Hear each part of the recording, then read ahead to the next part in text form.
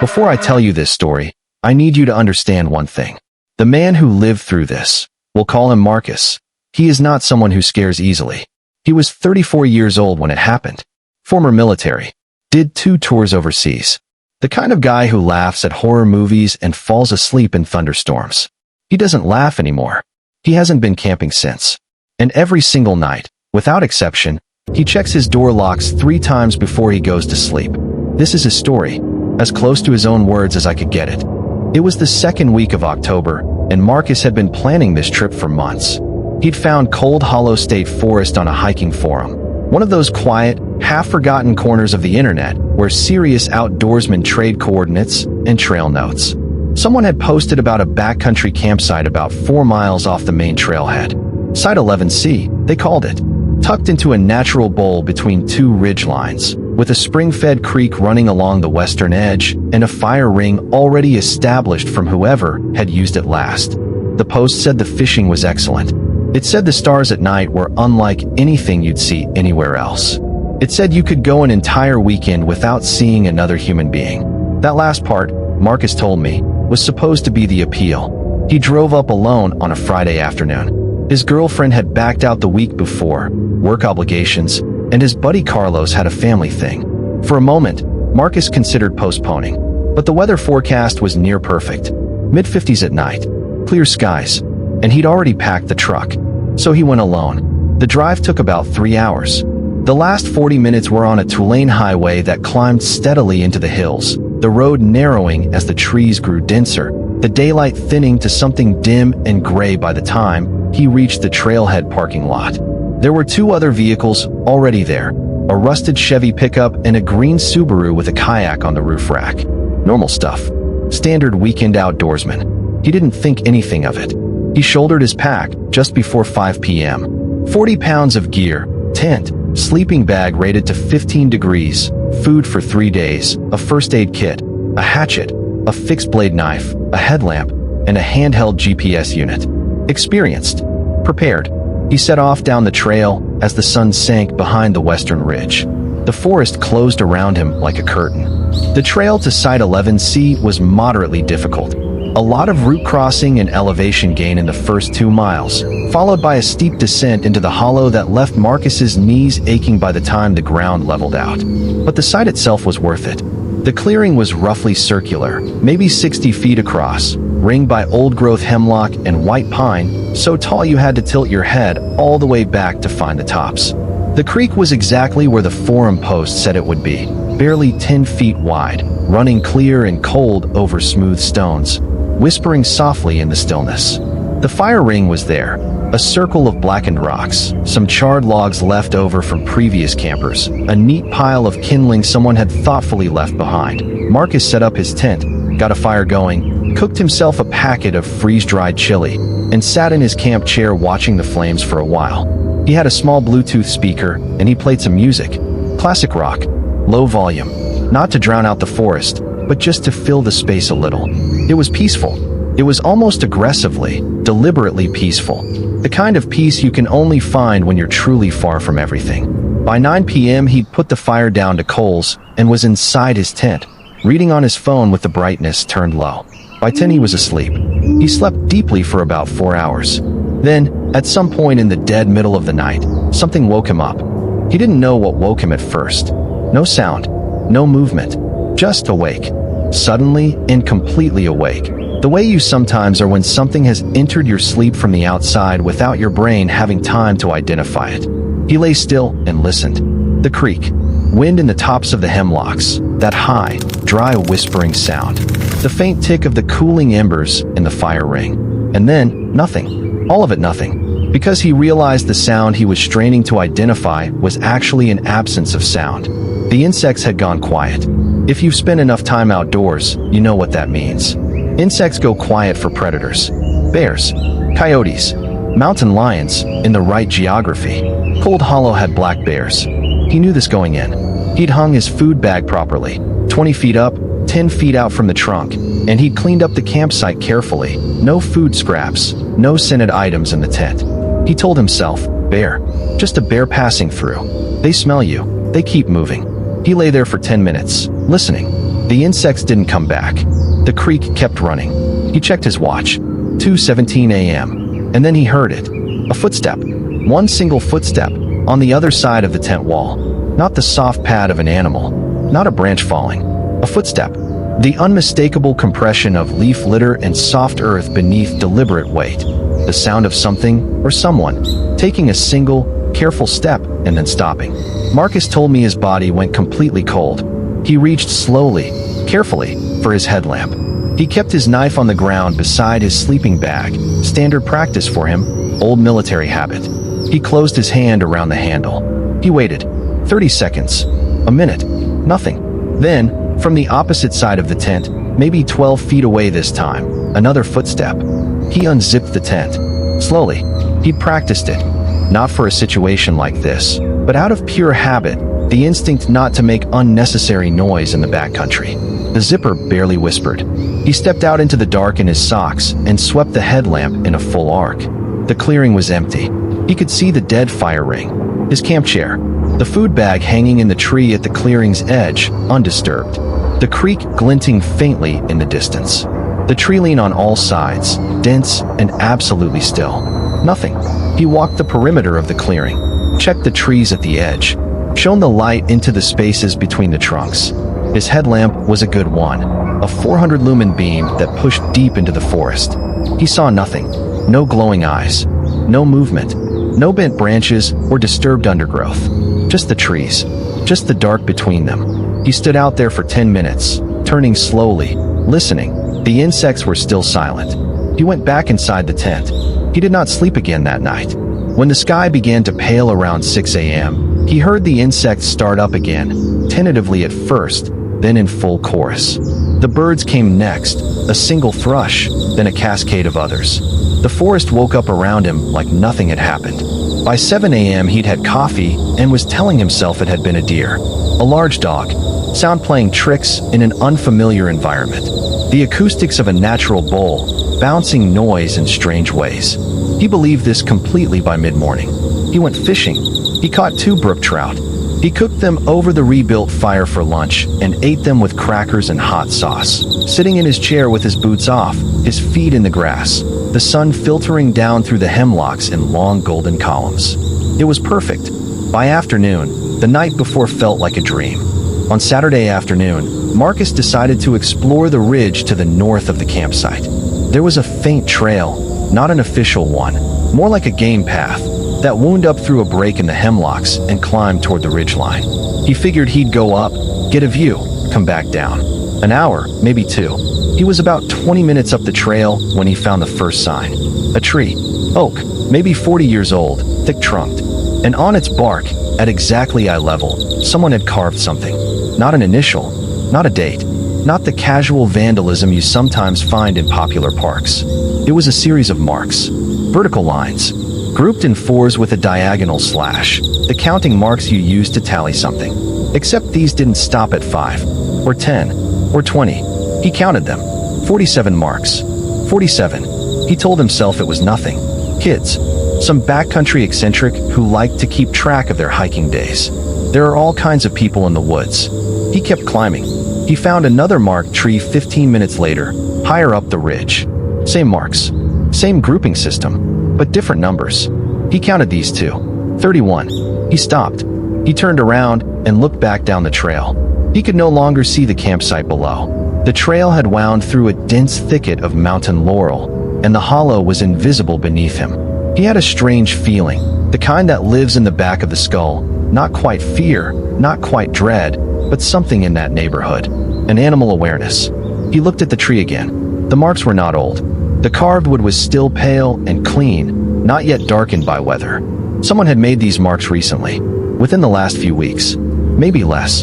He went back to camp. If you're still with me right now, and I really hope you are, take a second to hit that like button. It helps this story reach more people, and trust me, you're going to want to stay for what happens next. We're not even close to the worst of it. Saturday night was different from Friday night. Marcus felt it before full dark even fell, a low-grade wrongness, like a frequency just below hearing. He couldn't name it. He ate dinner, stoked the fire, sat outside longer than he had the night before, watching the darkness past the fire ring with a kind of deliberate challenge, as if daring the unease to show itself. At 10 p.m., he heard a voice. It was distant, very distant, coming from somewhere to the east, up on the ridge maybe, or beyond it. Indistinct. He couldn't make out words. It was a human voice, he was almost certain of that. The cadence was wrong for an animal, too varied, too modulated, but it was too far away to understand, and it only lasted about 15 seconds before fading. He sat forward in his chair, strained to hear. Silence. Then, maybe 3 minutes later, the same voice. Same direction. Same indistinct murmur, just at the edge of audibility. And this time, he thought. He wasn't sure, but he thought. It was repeating something. The same phrase, over and over. He couldn't make it out. He called out, "Hello? Someone there?" The voice stopped. He waited. Nothing. He put it down to sound carrying strangely in the hollow. A hunter's camp on the far side of the ridge. Someone talking on the phone. The mountains do strange things with sound. He went to sleep around 11, later than the night before. He slept fitfully, half listening even in his sleep, dreaming about the carved trees and numbers he couldn't understand. At 3:41 a.m., he woke up again. This time he knew immediately what had woken him. Not a footstep. Breathing. Right outside the tent wall. 6 inches from his head. Someone or something was standing just outside the tent, and he could hear it breathing in the dark. Slow, controlled, and deliberate. Marcus erupted out of that tent like a man on fire. He told me that later. He said his body made the decision before his mind did. He was outside with the headlamp blazing and his knife in his hand before he fully knew he was awake. And someone was there. A man, standing at the edge of the clearing, half shadowed by the tree line, maybe 30 feet away. He was tall, well over 6 feet. Thin, in the way that suggests hardship rather than nature. He was wearing dark clothing, boots, a heavy canvas jacket. He had no pack, no headlamp, nothing in his hands that Marcus could see. And he was just standing there, watching. Marcus shouted at him, "Who are you? What do you want?" The man didn't answer, didn't move, just stood there in the headlamp's edge, his face partially in shadow, watching Marcus with an absolute, unnerving stillness. Marcus raised the knife. Not a threat, a message. "I see you. I'm armed. I'm not afraid of you." The man took one step backward, into the trees. Not running, walking, deliberately slow, maintaining eye contact the entire time. And then the darkness took him, and he was gone.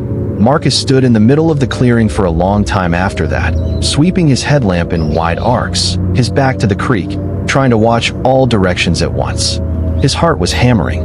His hands were shaking, not from fear, he told me, but from adrenaline. Or at least, that's what he told himself. He didn't pursue, didn't call out again. He knew enough to know that following a stranger into a dark forest in the middle of the night was a fast way to make a bad situation catastrophically worse. He started breaking down camp right then, 3 in the morning, by headlamp. He packed everything, stamped out what remained of the fire, and was shouldering his pack within 45 minutes. Then he stopped. He stopped because he realized something terrible. The trail out was 4 miles long, through dense forest at night. No moonlight. And whoever that man was, he was already out there in the dark, between Marcus and the parking lot. Marcus made a decision. He would wait for first light. Not in the tent. The tent made him a target, a lit enclosure that announced his position and limited his ability to move. Instead, he found a large granite outcropping at the north edge of the clearing, set his pack down against it, and sat with his back to the rock and the clearing spread out in front of him. He turned off the headlamp to save the battery. He sat in total darkness, listening. This, he told me, was the worst part. Not what he'd seen, not even what came later. It was this. The 2 hours he spent sitting in that dark, listening to the forest, waiting for the sky to change, knowing there was someone out there in the trees, possibly watching him from 10 feet away, and he'd never know it. Every sound became a threat. Every shift of the wind, every crack of a settling branch, every change in the creek's murmur. His mind turned each one into footsteps, into approach, into the moment before something terrible happened. He didn't use his phone. The light would have revealed his position. He didn't call out. He just sat there, still and silent, and breathed, and waited. At one point, maybe 40 minutes into the wait, he heard something moving in the tree line to his left. Slow, heavy movement. He turned his face toward it, saw nothing in the dark. The movement stopped, started again, then stopped permanently. He never knew what it was. At around 5:30 a.m., the sky above the clearing shifted from black to deep blue-gray, the first suggestion of pre-dawn light. By 5:45, he could see the tree line again, a solid dark mass against the slightly lighter sky. He stood up, shouldered his pack, took his knife in his right hand, and started walking. He set a fast pace, not running. Running would have been dangerous on that terrain, with the roots and the rocky descent in the first mile. But walking as fast as he could manage with a 40-pound pack, headlamp on, scanning the trail ahead and the trees on either side with regular, disciplined sweeps. He was about a mile out when he found the first thing on the trail, a pile of stones, in the middle of the path, stacked deliberately, 4 large flat river stones arranged in a careful column, like a cairn, but placed in the center of the trail rather than to the side. Not a navigational marker. Something else. He stepped around it and kept walking. 15 minutes later, he found the second thing. This one stopped him cold. It was his campsite's GPS coordinates, written on a piece of birch bark in black marker and pinned to a tree at eye level with a short stick pushed into the bark. Not approximate coordinates, exact ones. The same numbers he'd programmed into his handheld GPS unit to navigate to Site 11C. His GPS, which had been in his pack at camp for 2 days. Someone had looked at his GPS unit. While he slept, Marcus stood on that trail with the birch bark in his hand and felt the full weight of it settle over him. This wasn't a chance encounter with an eccentric hermit. This wasn't random. This person had come to his campsite, had been in his campsite, had touched his equipment, his things, and had chosen to leave him this message on the way out. A message that said, "I was close enough to read your things. I was close enough to you, and you never knew." He dropped the birch bark.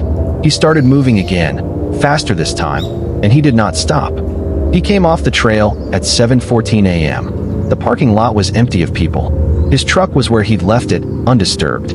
The green Subaru was gone. The rusted Chevy pickup was still there. And there was a third vehicle he hadn't seen on Friday. An old sedan, dark blue or black, hard to tell in the gray morning light, parked at the far edge of the lot, partially hidden behind a stand of scrubby brush, facing outward, toward the road, toward the exit. Marcus went to his truck, threw his pack in the bed, got in, locked the doors.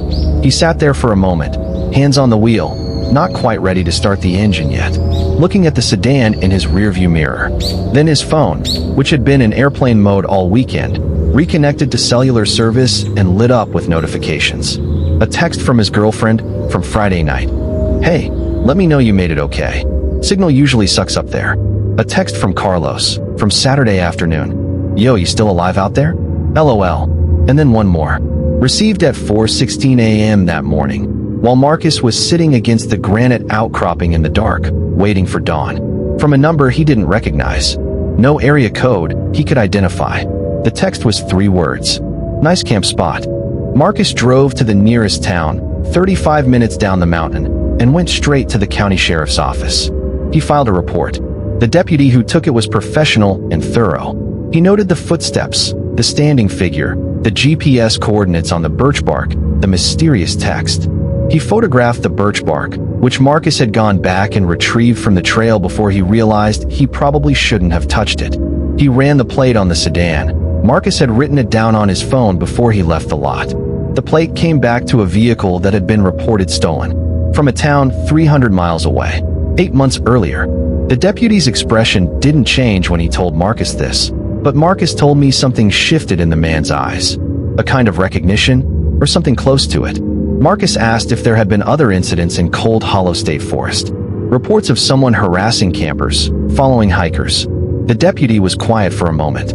Then he said that there had been some reports over the past couple of years. Mostly vague things. Campers feeling watched, a few accounts of someone spotted at the trailing. One hiker, about 14 months prior, who'd reported a man following them on the trail. The hiker had been alone, female, on an overnight. The man had followed her for about 2 miles before she reached another group of campers, and the man had turned back. Nothing physical had ever happened. No one had been hurt. The deputy said that last part in a tone that Marcus found uniquely disturbing, as if the fact that nothing physical had happened yet was not particularly reassuring. There was an investigation. Deputies went into the forest that same morning. They found the stone cairn on the trail, the carved trees on the ridge. At the campsite itself, in the soft mud near the creek bank, they found boot prints. Large ones, circling the tent from a distance, then approaching closer, then retreating. They also found, in the trees at the edge of the clearing, at about 8 feet of height, tucked into the crook of a branch, crude but functional, a small platform. Like a deer stand, but handmade. From it, you had a direct sight line to the center of the campsite. Whoever had built it had been watching that site for a long time, waiting for someone to use it. They never found the man. Here's where it gets worse. After the investigation, Marcus did what anyone with access to the internet and too much time does. He went back to the forum post that had directed him to Site 11C. He wanted to find the user who'd written it, asked them what they knew about the site, whether they'd noticed anything strange that he post was still there. But the user who'd written it, their account had been deleted. Marcus searched for other posts from the same username in the archive. He found two. One was a trail review, perfectly normal, from about 2 years prior. The other was posted 9 months ago, a month before the account was deleted. It was a question posted in a general forum thread about backcountry safety. The user had asked, "Has anyone else using Site 11C in Cold Hollow had the feeling of being watched? Asking because I've been 3 times and it keeps happening. Didn't think anything of it the first 2 times. Now I'm not sure." There were 4 replies. 3 of them were dismissive. Normal stuff. Probably just animals, you're fine. Paranoia is normal when you're alone. Your brain playing tricks. The 4th reply, and this is the part Marcus told me he keeps coming back to, the part that follows him into his sleep. The 4th reply was posted from a different account, one with no posting history before or after, clearly made just to respond to this one message. It said, "It's not your imagination. Stop going there. Don't go back." Marcus scrolled to check when that reply had been posted. 3 months before his trip. I spent 3 hours talking to Marcus. He's not the kind of person who dramatizes. He doesn't reach for the most frightening interpretation when a simpler one exists. He went through everything with me in a flat, deliberate voice, like a man reading from a report, and more than once he paused to say, "I want to be clear, I could be wrong about this, I don't know for certain. But here is what he believes. He believes that whoever made that forum post, the post that led him to Site 11C, was either the person in the woods or someone who knew about that person. He believes the post was bait, not for him specifically, just for whoever would take it. A lure, cast into the water, waiting for any fish to bite. He believes the platform in the tree had been there for at least 2 seasons, possibly more. He believes the person using it had watched other campers, had stood outside other tents, had walked through other campsites while other people slept inside, unaware. He believes, based on the coordinates on the birch bark and the text that came after, that the man had no intention of harming him that trip, but that the message was deliberate. That the whole experience, the footsteps, the appearance at the clearing's edge, the coordinates left on the trail, had been orchestrated. Not random, not opportunistic. A demonstration. I was here. I was always here. You just didn't know. Why? Marcus doesn't know. Maybe control. Maybe the pleasure of fear in others. Maybe something darker that he doesn't let himself think about too long. He knows he got lucky. He knows that the decision to wait for dawn instead of bolting into the dark trail, a decision that felt like cowardice in the moment, was probably the decision that kept him safe. He knows that if he'd gone out onto that trail in the dark, alone, with no one knowing exactly where he was. He doesn't finish that sentence. There's one last thing. After Marcus filed the report, after the investigation, after weeks of trying to put the whole thing behind him, he decided to reply to the text. He'd almost deleted it a dozen times. His girlfriend had told him to. The deputy had told him that the number was a burner, prepaid, purchased for cash, untraceable, that any reply would likely go unanswered or unread. But he couldn't stop himself. He typed, "Who is this?" He sent it. He watched it deliver. He watched the read receipt appear. The message had been read. No reply came. He sat there for 3 days with his phone face up on the kitchen counter, watching for a response that never arrived. On the 4th day, the number went dead. Disconnected. As if it had never existed. 3 months later, another post appeared on the same hiking forum. New user. Different username. No history. One post. A glowing review of the backcountry camping in Cold Hollow State Forest. Beautifully written. The fishing. the stars, the peace and quiet. And in the last line of the post, a specific recommendation. If you're looking for a spot with total solitude, try Site 11C. Trust me, you'll feel like you have the whole forest to yourself. Marcus found it before it could be taken down. He reported it to the forum administrators and to the sheriff's office. The account was deleted within hours. A new post went up 2 weeks later. Different account. Same recommendation. The last time Marcus checked, and he checks, still, every few weeks, unable to stop himself even though it costs him something each time he does, the post was still there. And it had 7 replies. 6 of them were people asking for directions to the trailhead. I want to tell you something before we finish. I have covered a lot of these stories. Hiking disappearances, backcountry encounters, the kind of experiences that people bring back from the wilderness that no one quite knows what to do with. Too real and specific to be dismissed, too strange to be fully explained. What stays with me about Marcus's story isn't the figure in the clearing, or the text at 4 a.m., or even the platform in the trees. It's the tally marks. 47 marks on the first tree, 31 on the second, counted and carved with care, in a system that implies regularity, habit, routine. Not anger, not madness. Method. 47 trips to that vantage point. 47 times someone sat in that handmade platform in the branches and watched the campsite below. 47 nights, or however they were being counted, of something that this person valued enough to record. Marcus asked the deputy, "What do you think the numbers mean?" The deputy said he didn't know. Said it was possible they didn't mean anything coherent at all. But the way he said it, the pause before the words, the slight shift of his eyes, told Marcus something different. He thought the deputy had a theory. He decided not to ask what it was. Some things, Marcus told me, you're better off not knowing. He checks his locks 3 times. He keeps a light on. He does not go camping.